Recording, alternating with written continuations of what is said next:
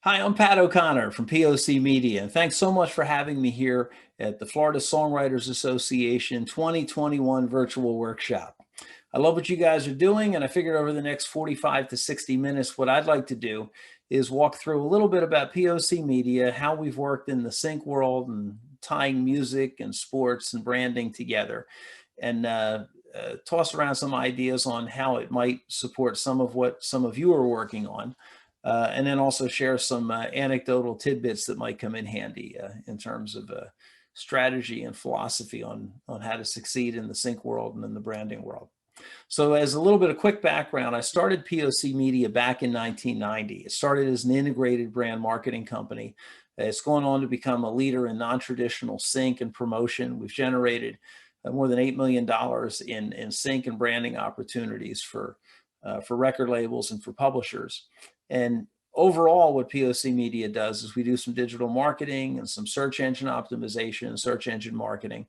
We produce some live and virtual conferences and other events. We work in multimedia production. We work in entertainment and talent discovery, sourcing, and licensing, which is where the sync opportunities come in. We work in sports sync and brand support for recording artists, which again is where some of the sync opportunities come in. And we produce college and branded concerts. We handle the booking and promotion and production surrounding those. So it's one of those things I always say with POC Media, as a standalone business, if you take any one of the elements of what we do, it might not be an impressive business, but when you put them all together, it's something that works out pretty well for us and for our clients. So success is a challenge. All of you are entrepreneurs in terms of what you're doing. The interesting thing about businesses is that 80% of businesses fail in their first 5 years. So I don't mean to start off with something discouraging, but here's the follow-up to that. 80% of businesses fail in the next 5 years as well. So when you put those things together, what that says is that 96% of businesses fail within their first 10 years. So you have a 4% opportunity to succeed in a business if you look at it just from a statistical probability perspective. So welcome to the circus of life, right? A lot of what feels like chance is actually a friendly conspiracy of events. I believe that. I think each of us has a responsibility to determine what in our own life matters the most, to hold that vision, to prepare for when the circumstances lend themselves to that vision, and then to move when opportunity knocks. And here's the thing about opportunity. It often arrives in disguise. One of my mentors had mentioned to me, and this is a fellow who was not what you would call a biblical scholar, but he asked me at one point, he said, "Do you know who David is?" And I said, "Yeah, David was a king." And his point was, no, David was a shepherd until he met Goliath. And it was meeting Goliath that made David a king. So for those of you who are into the David and Goliath story, it's an interesting metaphor for life in the sense that our challenges help us define who we are and help us figure out how to overcome things, and then have something that we can anchor to for the next challenge that comes down the road. So emotional flux is the breeding ground for some of our greatest opportunities, some of our best and longest lasting relationships. And a lot of times it's the times that we're going to remember most fondly. Roadmaps and faith can be useful. So can changing the rules. In our case, that's what we did. I made a commitment to the team that works with me that we wouldn't lay anyone off. Now, I have a small team, so that was an easier commitment to make. But what we did was I said, the good news is that we're not going to lay anyone off. The bad news is we're going to have to get more innovative than ever, because this pandemic is going to end. And when we come out of this pandemic, we're going to need to be doing something that is unique, that's never been seen before. And we're going to have to leverage technology to get there. So that's what we did. And the slide that you're looking at here, basically moving from the pandemic, we moved to artificial intelligence and blockchain technology supporting music licensing, to be able to codify. And when I say codify, what I'm talking about is to be able to take the different parameters associated with that music and how it would work for sync licensing, and take all of that and put filters in there that says, okay, what is the genre of it? What are the beats per minute? What are the keys that it's in? What's the mood to the music? What are artists that sound similar to it? A lot of times when we get asked to to put a song into a TV show, it's because they actually were thinking of a different TV show or a different TV show, a different song. They're thinking of a different song or different something with a vibe of another song, but they don't have the money to license the other song, or for some reason they don't want to include that song or that artist in the program. And they'll come to us, or they'll come to other, they'll come to publishers or people that are pitching music and say, what do you have that fits this genre, this beats per minute, this kind of instrumentation tied into a song? And how can we quickly go through those parameters so that we can use your search engine to pull up the best song and to quickly go through it? All of these music supervisors are bombarded by record companies, by publishers, by certain artist management companies. They're bombarded with music, and what they're really looking for is who's got something that fits the exact need that I have right now. Now, also, if you look from an artist perspective or from a record company perspective, what a lot of these people are looking for is, in addition to sync opportunities, how can we tie it to playlists? So part of what we did with our artificial intelligence and blockchain technology is we actually tied into databases where we could reach the DSPs, the digital streaming platforms. We could reach the music curators at the digital streaming platforms that were working with an artist that was similar. So what that meant was, it meant that if somebody is uploading music into our system, we need to be able to have them identify 3 artists, and then we need our system to identify 17 more artists that are comparable to one or more of those 3 artists. Put it into a system, pull the curator information from the digital streaming platform, and be able to fire out a link to pitch that music to the digital streaming platform, while also taking those parameters and pitching that music to the right film and TV music supervisors, to the right sports music supervisors, and doing all of this within seconds or within minutes in terms of searching for the right information and being able to confirm that we have the right writers, the right splits, the right publishers, the right performing rights organizations. And that's what we managed to do. So it was an exciting year. It was a terrible year in the sense that trying to grow a business, but it was an exciting year in the sense that during that downtime, we were able to develop something that I believe will change the way music licensing is handled in the business. So once we put that system together, then the idea was, how do we create a user-friendly interface? So this is a shot of the interface for an uploading system where, we put in the label, we put in the name of the album, and this is something that an end user can use. They can rate their song for how it works for sports, how it works for commercials, how it works for film and TV. They can put different moods in there that make sense. They can pick subgenres or vibes. In other words, Bruno Mars and Anderson .Paak have that new song, "Leave the Door Open." The first time that I heard that song, I was thinking of the old Sound of Philly, the Stylistics, the OJs, Harold Melvin and the Blue Notes. And I loved it when I saw the video for it. And the band was all dressed similar to those 70s R&B bands. So that's the kind of thing where, to be able to pick a subgenre, and if somebody is looking for something that feels like the OJs or the Spinners or Harold Melvin and the Blue Notes, and wants to get a more current song that fits that fit, then they look under the subgenres and they can find that kind of thing.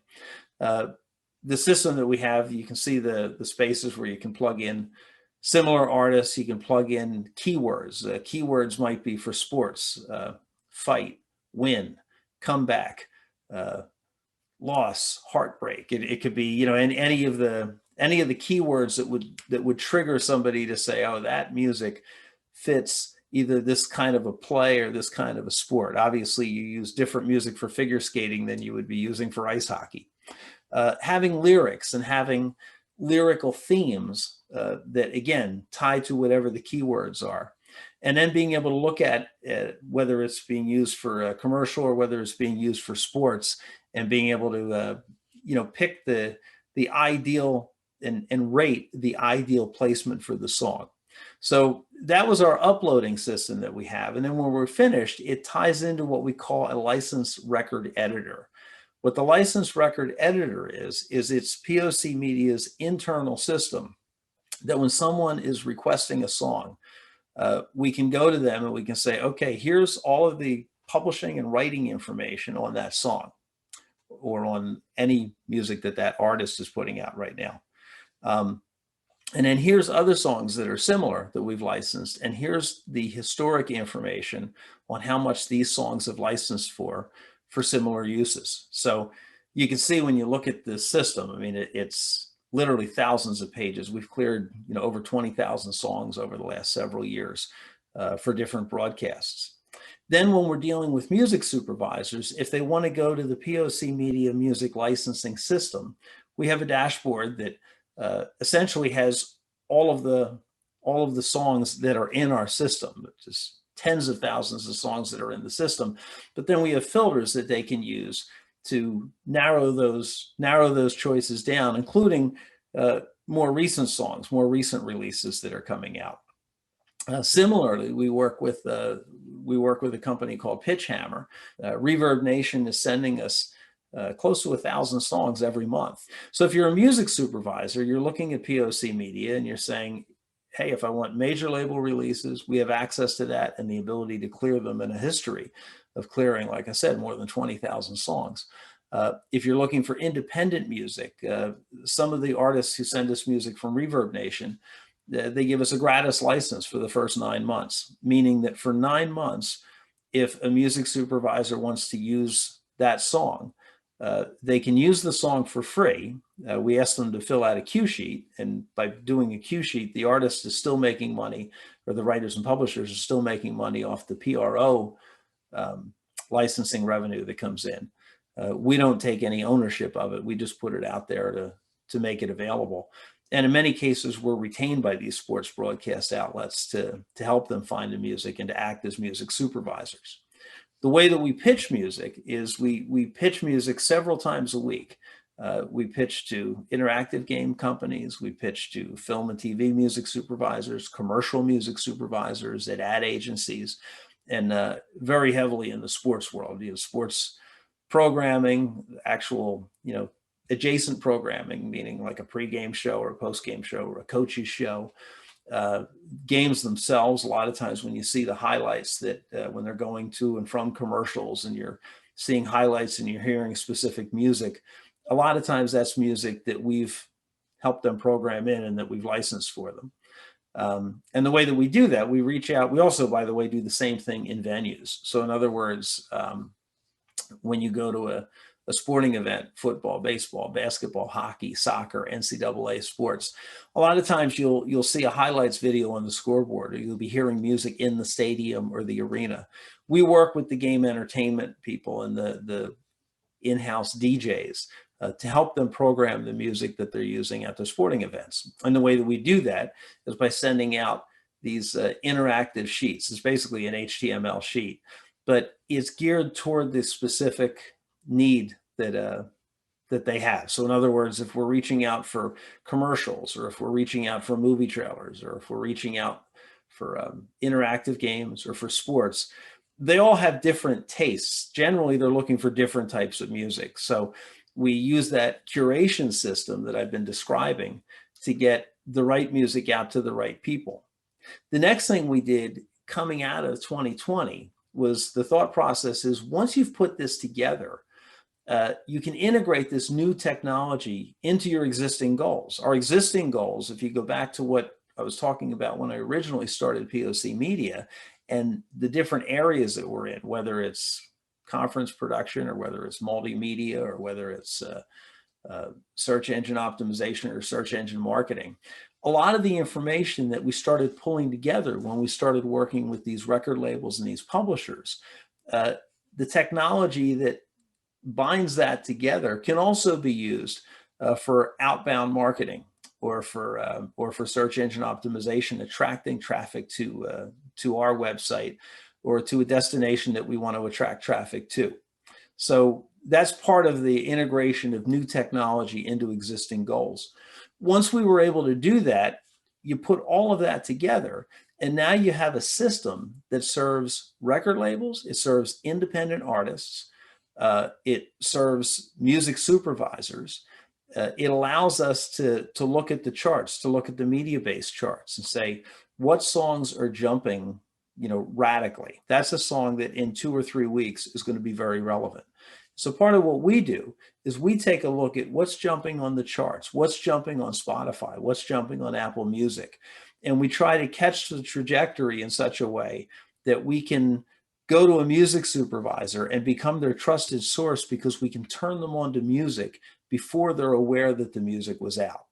And part of that involves taking everything that I've been talking about so far, integrating it together into an artificial intelligence and blockchain driven system that allows for curation. It allows for looking at the different filters and figuring out the best music for the best applications. So what does it take to take a year that starts off like 2020 and turn it into a year where you develop something that could really be a game changer? It takes faith.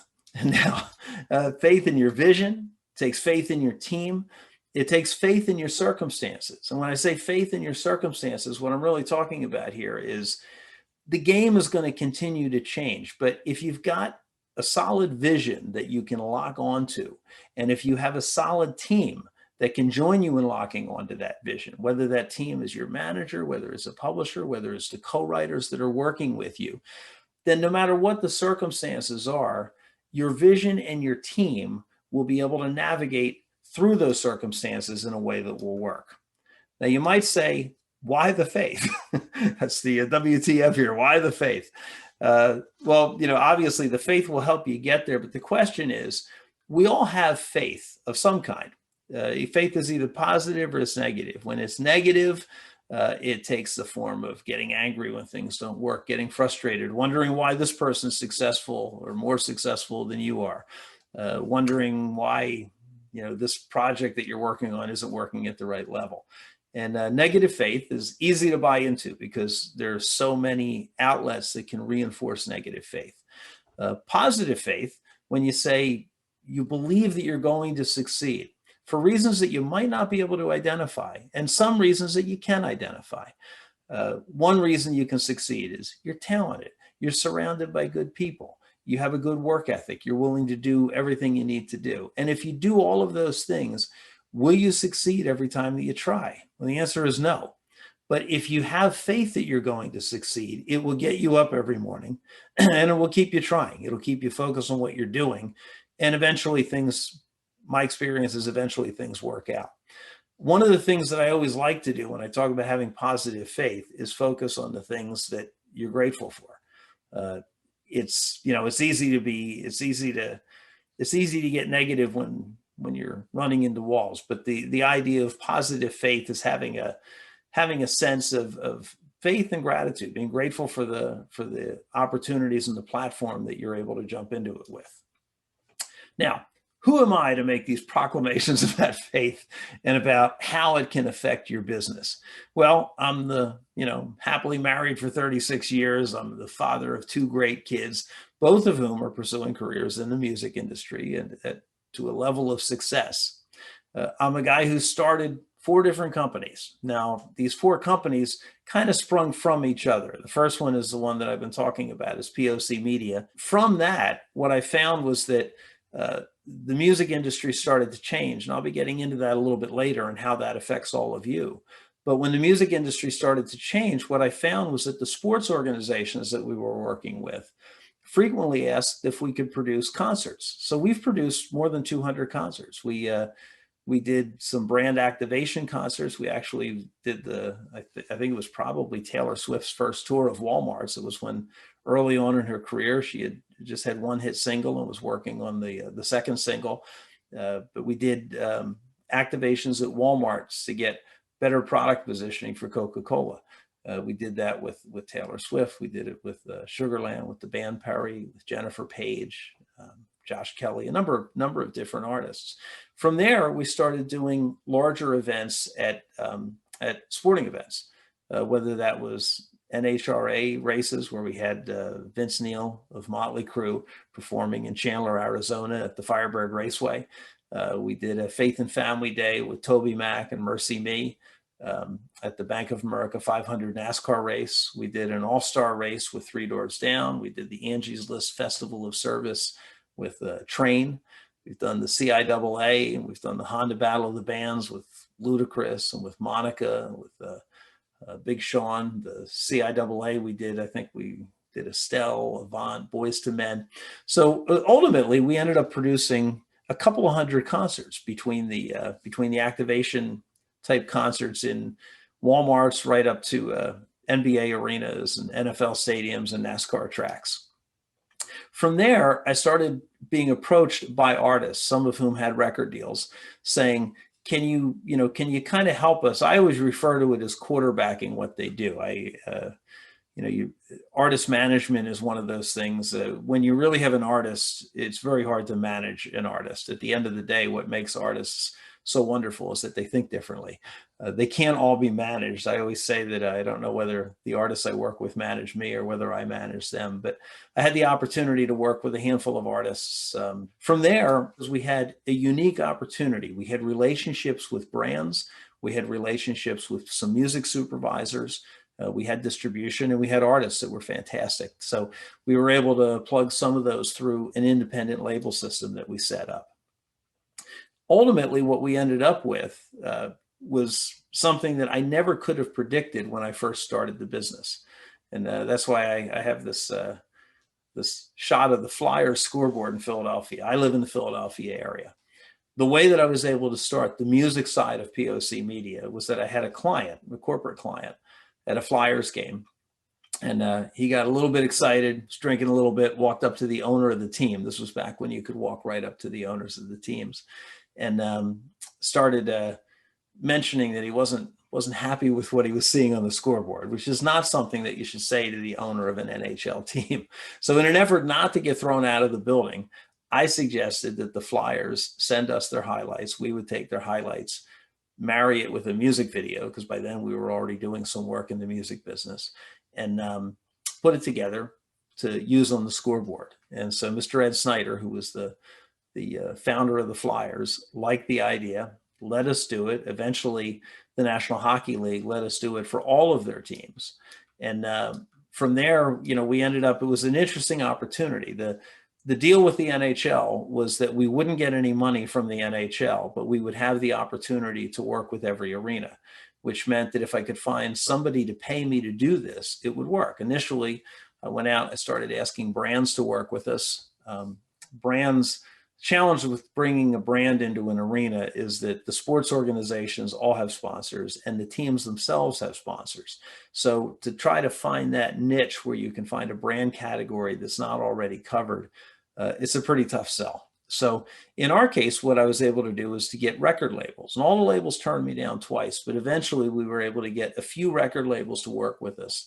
And over the course of a few years, we ended up with just about every record company working with us. The relevance of that is that you can't always tell where things are going. When you're about to get thrown out of an arena because your friend is giving the owner of the team a hard time about the scoreboard, you never can tell where it's going to go. You can't control what happens. You can control your reaction to what's happening. And in a sense, what it takes to do that is courage. I mean, all of you have courage with what you're doing, because at the end of the day, you're creating music, you're putting your heart out there, you're creating real art, and you have no way of controlling or even influencing how people are going to accept or reject your art. At the end of the day, it takes courage. Courage is not the absence of fear. It's the management of fear. And every unplanned stumble that you get, whether it's somebody rejecting your music, whether it's somebody getting ready to throw you out of an NHL hockey arena, every unplanned stumble brings the capacity to move toward the things that matter most to you. In our case, we were able to pick up a deal with the National Hockey League, and that ended up morphing into a deal that we had with their broadcast outlets. I figured if we could get more sports outlets working with us, that would be great. The only other sport at the time that seemed as fragmented as the National Hockey League was NASCAR. So I approached NASCAR. We started working with them. Eventually, we had the opportunity to work with the National Football League and NFL Films. It's right across the river from Philadelphia. So we were able to work with them. And then eventually we started working with all of the major sports organizations. The idea being, if it works once, you should be able to replicate that and do it again. I think when it comes to writing, when it comes to getting syncs picked up, a similar philosophy is whether you're talking business or personal stuff. Generally, Tony Robbins, I think, uses the expression success leaves clues. Generally, if you get something right once, you can fine tune it and you can do it multiple times. Now, is it a long shot? Well, of course it's a long shot. To me, I've always taken the approach that the word impossible is just a word. It's a word that can be crushed by persistence and backed by faith. But the word no doesn't always mean no. It means, sometimes no means not yet. Sometimes it means no because. And here's the thing, and it may sound a little bit crass, but the reality is, if you're willing to accept no, you don't deserve a yes. So my philosophy has always been, when somebody says no, and obviously excluding certain circumstances where the answer really is no, for the most part, it's going to mean no, not yet, or no, because. And my job when somebody says no is to figure out, what do I have to do differently? As a songwriter, what do you have to do differently? If somebody is saying no, does it mean you have to change your art? It doesn't. Maybe the answer is no, that's not the right person to be pitching your music to. On the other hand, if the person is successful, and if the person that you're trying to pitch your music to has a track record for doing things correctly, maybe they can, give you the advice that will help you steer your art a little bit. And again, I always say, stick with winners. And the reality is, all of you who are here are winners in the first place, or you wouldn't be in the process of perfecting your craft and working with others to perfect your craft. But the idea is, if you stick with winners and, follow what they do, successful, all people know what successful people know. Winners do what successful people do. So the idea is to take a look at who's having some success in that area, figure out why they're having success. And it doesn't mean you have to copy their artistic style, but it does mean taking a look at what they're doing and saying, okay, how do I modify what I'm doing? Or how do I at least take the things that I'm doing that are working well and do more of that, and do a little bit less of the things that aren't working well? The music industry started to change in the late 90s. Ultimately, what happened was iTunes, the legalized downloading and monetization of legalized downloading of music.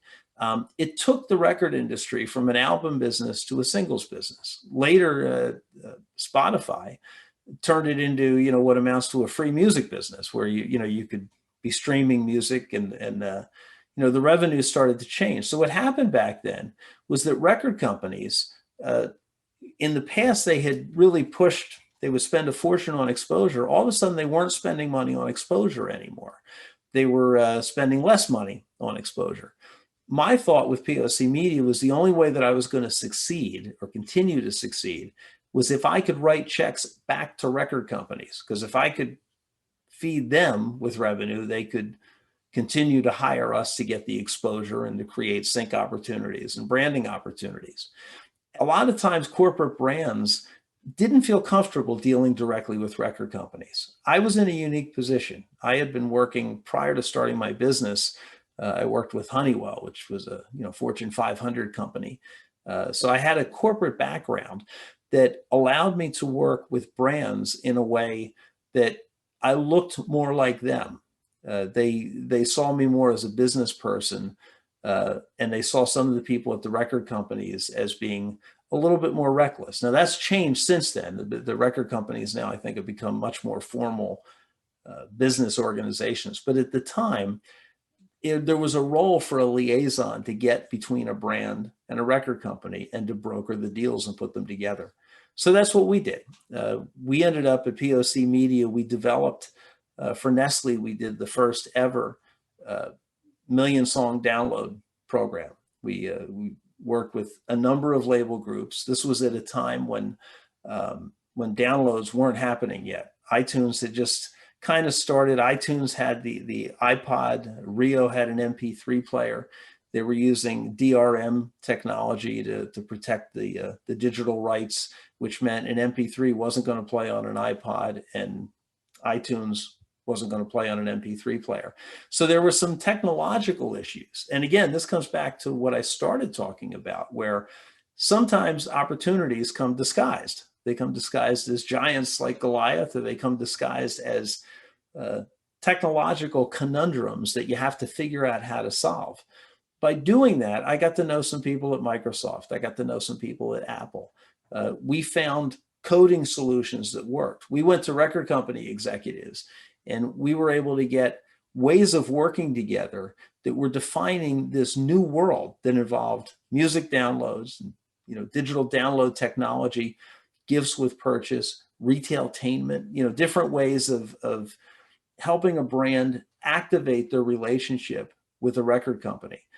So nowadays, as a songwriter or as a publisher, when you think about the sync world, the sync world is a whole lot different now than it used to be. The sync world used to be, need a commercial, we need a song. Then it turned into, we have a bunch of TV programs, we need a song. Then it turned into, how do we leverage music with whether it's a gift with purchase at a store, or whether it's bringing an artist into a store to get better product position. And all of these dynamics started working together to create more opportunities for brand alignment and synchronization opportunities. I had mentioned before Coca-Cola, where we did the product positioning. Wrangler, we've worked on about a dozen commercials for Wrangler jeans and VF jeanswear. Putting music, finding the right music for commercials, licensing that music, and finding strategic deals that allowed us to get the right music for the right price, and creating win-win scenarios where everyone benefits from the relationship. We've done similar work with Heinz with their TGI Fridays frozen food lines. We did some work with Bass Pro Shops and NASCAR. This is actually another good example of having music work together. We were able to get Bass Pro Shops to sponsor a stage that we put at NASCAR races. Now, Bass Pro Shops is already a NASCAR sponsor. They used to be on Tony Stewart's car. And Tony won, I think, 3 or 4 championships at NASCAR. But with Bass Pro Shops, what they didn't have was a footprint.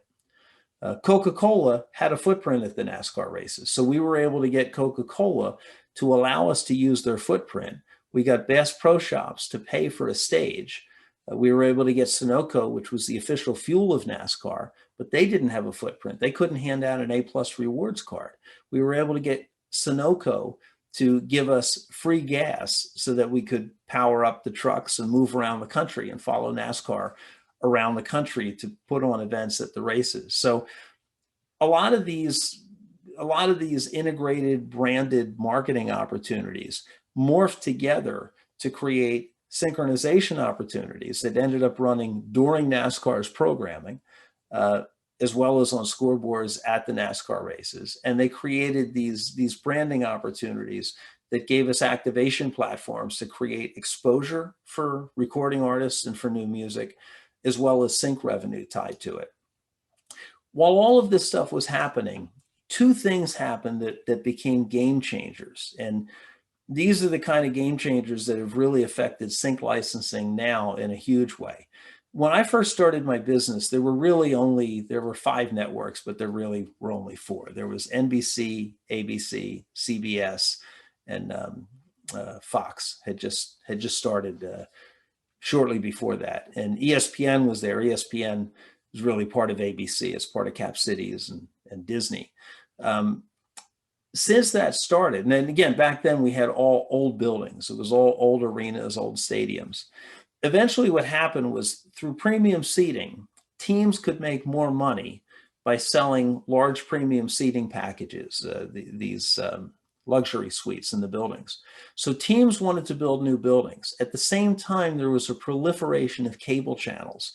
So all of a sudden you had Fox Sports Networks, FSN, which has now become the Sinclair Broadcasting Group, where you had 26 different regional networks that sprung up. And then Root Sports ended up buying 4 of those networks. And then NBC, with their NBC Sports Network, started 8 new networks that were regional networks. And you had the Yes Network in New York and the MSG Network in New York. So all of a sudden you had a proliferation of cable channels, which has created a massive number of opportunities for sync licensing. What you also had is people with cell phones that would be taking videos of what's happening in stadiums at sporting events. That ended up leading to publishers and record labels finding that their music was getting played. Now, it was licensed because it was covered by ASCAP and BMI licenses, but a lot of times teams would want to do team-specific highlights or playing a song when the team comes on the field and syncing it to stuff that's happening on the scoreboard. That created another set of licensing opportunities for recording artists and for publishers and for labels. So all of these things started hitting at the same time. And I think I mentioned before that a lot of times opportunities are really a friendly conspiracy of events that all kind of come together at the same time. And that's what happened for us at POC Media. It started off with the National Hockey League, and then they were partnering with Fox Sports. Well, Fox Sports also works with the NFL and the NFL Network and with NASCAR. And NBC Sports also works with NASCAR. So eventually what we ended up with was this proliferation of cable channels, new buildings that could now house the cable channels, which meant they no longer needed us editing videos, but they did need support in supervising their music. And it created some great opportunities for POC Media to step in the game in a major way over a relatively short period of time. When you put that together, you say, you know, it's somebody was mentioning to me before, it's a 1 in a million chance. The likelihood of all of those events coming together at just the right time, and you happen to be sitting on the top of the rocket ship before it takes off, it's a 1 in a million chance.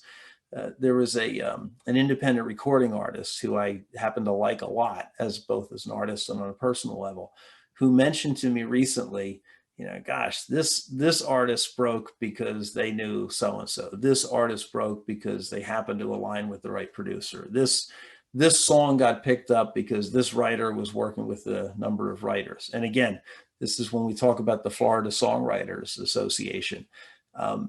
If you jump in the pool and you're working with a number of people, your chances of getting syncs picked up go up infinitely. I have one friend that I'm pretty close with, and she's been writing and ended up writing with a songwriting group in the New York area, and currently has 2 songs on a new album that she's a co-writer on. She wouldn't have even known the band that's using the songs, but because of the Songwriting Association that she's working with, they were able to get songs picked up. These are the kind of opportunities that the Florida Songwriters Association can bring to you. But the idea that it's a 1 in a million chance, it's probably not 1 in a million. It's probably 1 in 100, maybe 1 in 50. But the idea is that means if you try it 50 times, if you try it 100 times, if you just hit the wall until the wall comes down, eventually, I believe walls come down. And I think that if you look at the chances for success and the challenges with becoming successful quickly, part of the trick is to be able to reframe opportunity. Now, how do you reframe opportunity? Well, the first step is you have to embrace uncertainty. It's where all of your potential becomes reality. And when I say embrace uncertainty, what I'm saying is every time you get in a room with a writing partner, every time that you're coming up with something, it may or may not be used. It may or may not be any good. But the idea is if you write enough songs and if you perfect your craft, if you work together and you collaborate well with other people, eventually it leads to good things. And attach your art to something bigger. When I say that, like the example that I was talking about with NASCAR is a good example.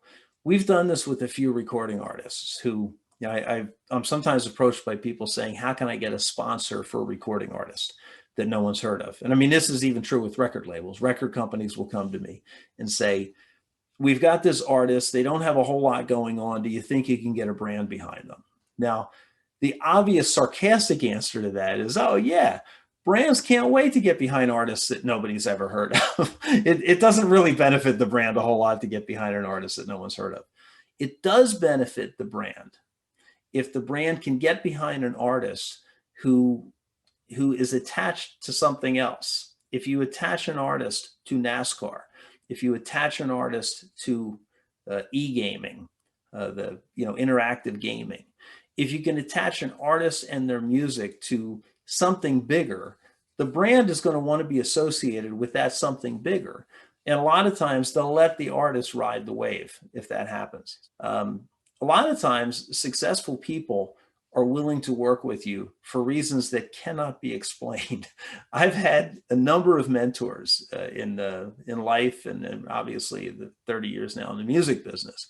There are a number of people who have worked with me, and I can't figure out why they work with me. There are some major managers who took an interest. I'm saying I can't figure out why they work with me. I know why they work with me. I was able to connect them to certain opportunities, and I think that they like the way that I work. They like the fact that we're honest about what we do. We're committed to being successful, and we respect the artists. We respect the art. But at the end of the day, a lot of these people were already successful. They probably didn't need our help, but something somehow connected. And the expression that I always use is, it's all about the hang. At the end of the day, and this is true again with all of you writing together, it's all about the hang. If you find people that you're writing with that you just enjoy hanging out with, and we all see the world and we all communicate the world through what we do. It's about working with other artists who have their own take on life and mixing it with your take on life and coming up with something that's going to resonate with somebody. And if you're lucky, it becomes a hit, or maybe it changes somebody's life. So I always say it's all about the hang.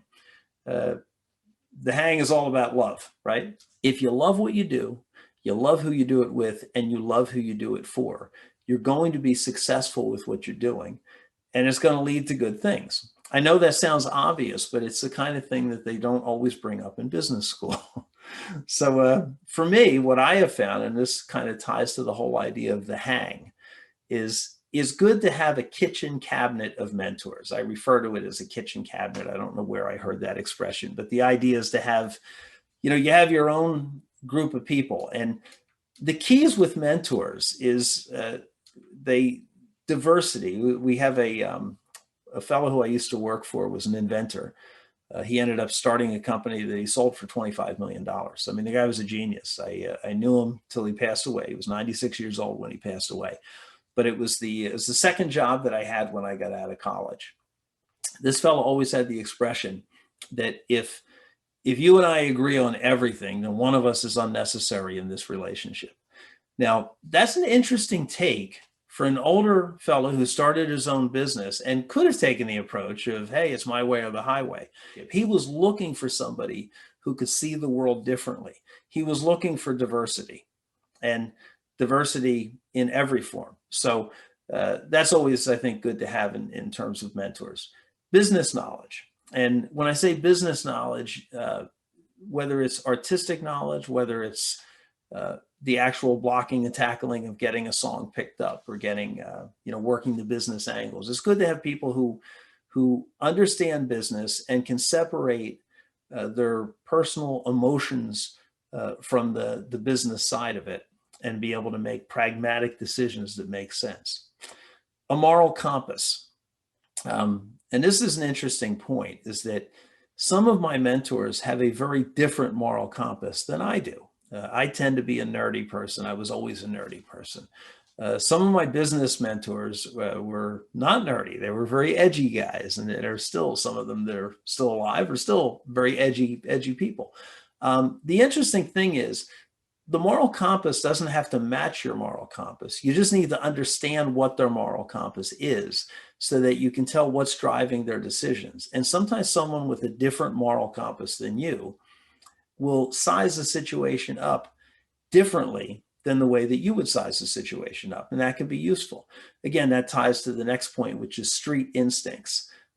Different people have different levels of street instincts. And I'm not even going to call out anyone or name anyone, but we've all looked at in the music business, you can point to certain artists that you can say, these people just seem to see what's going to happen before it happens, and they're right on the edge. In some cases, we say that these people seem crazy, but in some cases, their craziness is what allows them to stay ahead of the wave and lead the charge, lead the process. The fun factor, the hang, comes back to what I was mentioning before. It's if you love your mentors and you love hanging out with your mentors, you're gonna spend more time with them, and you're gonna benefit from their wisdom, and you're gonna be able to apply it to the things that you're doing. Entrepreneurship. When I say entrepreneurship, what I'm really talking about is not necessarily a formal thing, but somebody who looks at a situation and says, there's a mountain ahead of me. I'm going to go over it. I'm going to go under it. I'm going to go around it. I'm going to go through it, but I'm getting to the other side of the mountain, and we're going to do this with the team that we have, and we're going to succeed at what we're doing. Every entrepreneur that I know does that.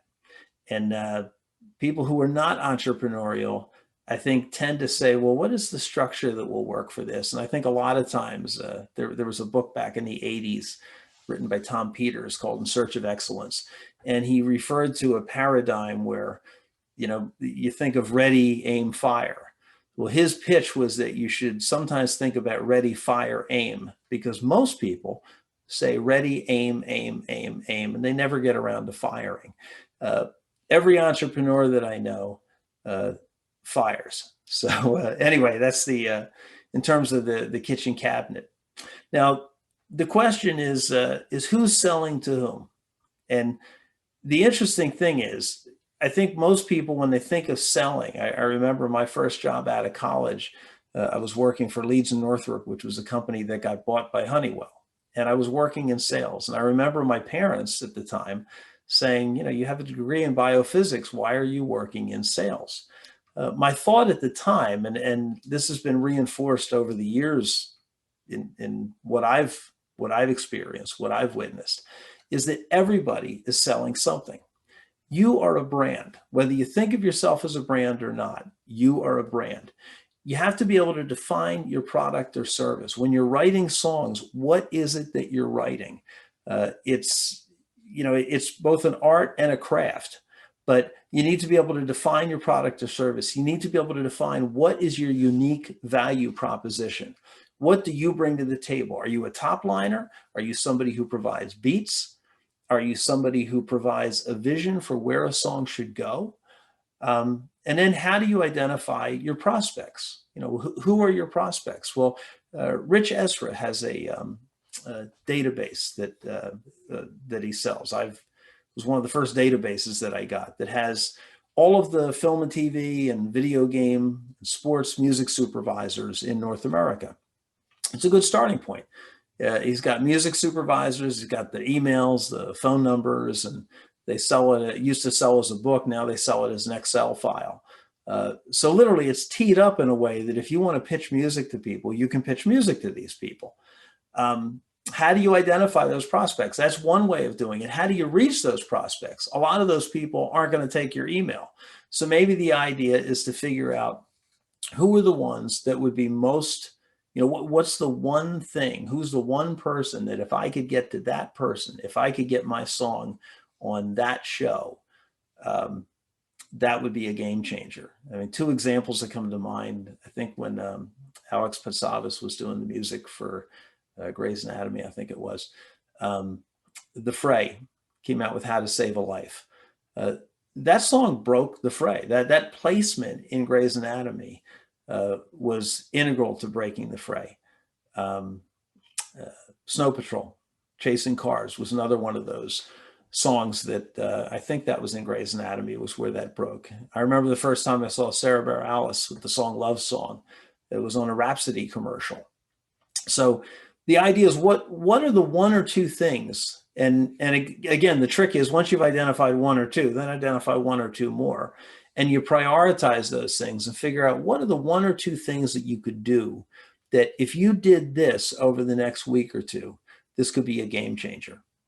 And then the idea is once you've done that, once you figured out who are your prospects, how do you reach your prospects? Then the idea is how do you communicate your unique value proposition to those prospects in a way that that gives you the best chance of succeeding? And of course, it comes back to the thing that I've been saying all along is the idea of persistence. And are you willing to go the distance? The next point is, and this, I think everybody probably already feels this way because you're artists, you're entrepreneurs at what you're doing. But the question, since we were little kids, we've all heard the expression, you are not the boss of me. Who is the boss of me? Who are you working for? Well, the answer is you work for you. Even if you're working for a publishing company, even if you have a full-time job and you're doing your music on the side, at the end of the day, you are in the you business. So you need to structure your work for your life. You need to define and adhere to your own rules. Now, in my case, I have 7 rules that I like to live by. I don't know that they're accurate. I don't know that they're right. I know that they work for me, but I'm going to share my 7 rules with you because they work for me, and you may find that they work for you, or you may find that some permutation of them works for you or triggers another set of rules that you can apply to your own life. Number 1, I believe that you are loved more than you know, and that you were born to win and you are built for success. I believe that. Is it true? I don't know, but it works for me. I believe, number 2, that fear, doubt, and indecision kill, but they die in the presence of faith. Now, the reason that I've been bringing up faith all along is that you've got to have faith in something. You have to have faith in your own vision, faith in yourself, faith in God, faith in whatever it is that drives you to wherever it is you need to be going. Number 3, the power of your relationships will determine the effectiveness of your results. Relationships determine results. The people that you get to know, the people that you can get to believe in you will create opportunities for you that you might not have been able to create yourself. Number 4, and this is important, your heart knows what you want most while your head knows what you want now. Now, I say this is important because if you don't know what you want most, you won't get what you want most. One of the first processes is to sit down and identify what is it that you want most. Did you go into songwriting because you want to be famous, because you want to be rich, because you want to feel fulfilled, because you want to deliver a message to someone who needs it? I speak at some colleges, and one of the things, somebody gave me a statistic one time that a percentage of kids who get up every morning wondering if life is worth living. And it was, while it's a somewhat small percentage, if you're lecturing to a group of 500 people, several of those kids at college woke up that morning wondering if life was worth living. It changed what I was doing. It caused me to say, wait a minute, part of my job is to convince those 5 or 6 kids that life is worth living. And the interesting thing is, what is it that you're trying to accomplish? What do you want most with your music? There's not a right or a wrong answer, but you need to know what you want most. And then the next rule is always follow your heart for what matters most, which means the next rule would be don't follow your head. Don't follow the impulsive desires of your head and put them ahead of the things that you want most. Everyone that I've seen who fails, almost everyone I've seen who fails, when they're failing, are putting the things that they want now ahead of the things that they want most. People who lose their temper, people who storm out on a session, people who are so wrapped up artistically in what they're doing that they're not letting their collaborators work well with them. And even on a broader scale, people who develop addictions, guys who cheat on their wives or their girlfriends, people who try to take every last nickel out of a deal instead of nurturing the relationship. They're putting what they want now ahead of what they want most.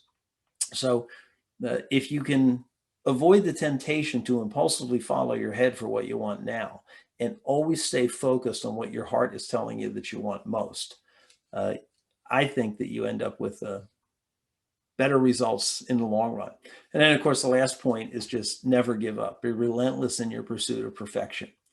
Now, here's the thing. Are these 7 rules correct? Are they correct? Are they relevant? Are they, should everyone follow them? I have no idea. What I have found is that they've worked pretty well for me. In my case, the result has been a happy marriage, 2 great kids, a business that I enjoy. I make a living doing the thing I enjoy most. I'm fortunate enough to live in a country that I believe to be the best country in the world.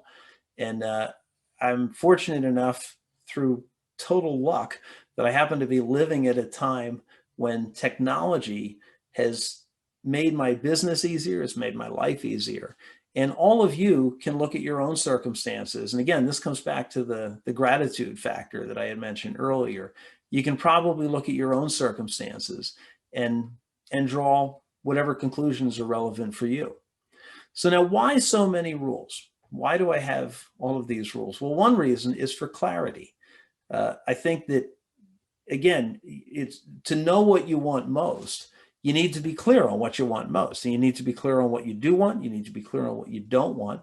You need to be clear on what you're good at. You need to be clear on where you can use help. You need to be clear on who your network is.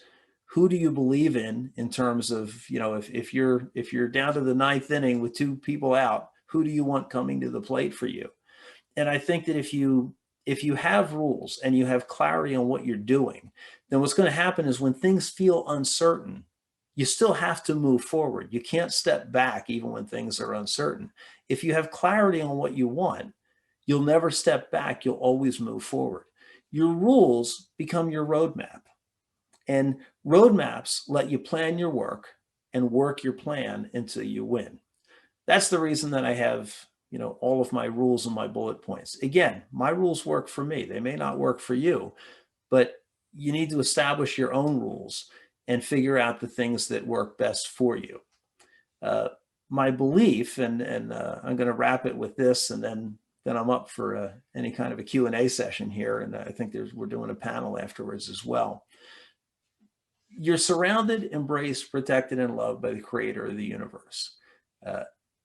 And for me, I just say, believe it. Now, is that true?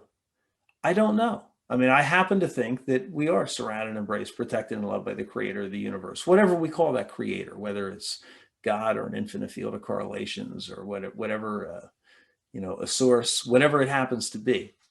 But my experience has been that people who believe that there's something greater than themselves and believe it to their core, when they're working with other people, something happens. There's an artistic magic that happens and comes together, whether you're collaborating on technology, whether you're collaborating on music, whatever it is that you happen to be working on. Somehow, when we believe there's something larger than ourselves at work in the collaboration, something special happens. So I choose to believe it. Again, is it accurate? Is it not accurate? That's up to you. But what I would say is figure out what that belief is that can drive you and can help you to collaborate with others and generate results, and leverage that in order to produce the kind of results that will cause people to believe in you. And again, let the people who can help you know how they can help you. I'm up for helping anybody who sees what we're doing and sees where they might fit within what we're trying to do. And I'd love to help any of you with what you're doing there. Let your art reflect who you are. Get up every day with the intention and the action steps to move forward. If every day you have the intention and you apply the action steps to move forward, I believe that you're going to have success. So to be able to define what is success is what you want most. To be able to define what are the intentions and the action steps that you move forward with. And then again, this is where I think that the Florida Songwriters Association is so fantastic. You're pulling artists together and you're basically saying, let's everybody take the gifts that you bring to the table, put them together in a way where you can create a sum that's, or you can create a whole that's larger than the sum of the parts. And to be able to take that and do it in a way that creates something as beautiful as great new music is a gift, and it's a tremendous opportunity. So speaking of opportunities, thanks for giving me the opportunity to be here at for the Florida Songwriters Association for the virtual workshop. And I look forward to meeting some of you individually. And again, if there's anything that I can be doing to help with your efforts, I think my contact information is available through the website here. And I'm interested in hearing what everybody's up to and how it all fits together. So thanks again. And I look forward to hearing questions and having a little bit of interaction here in terms of what you're working on and how I can help, either through my experience or some of the stories or specific things that I can be doing to help you.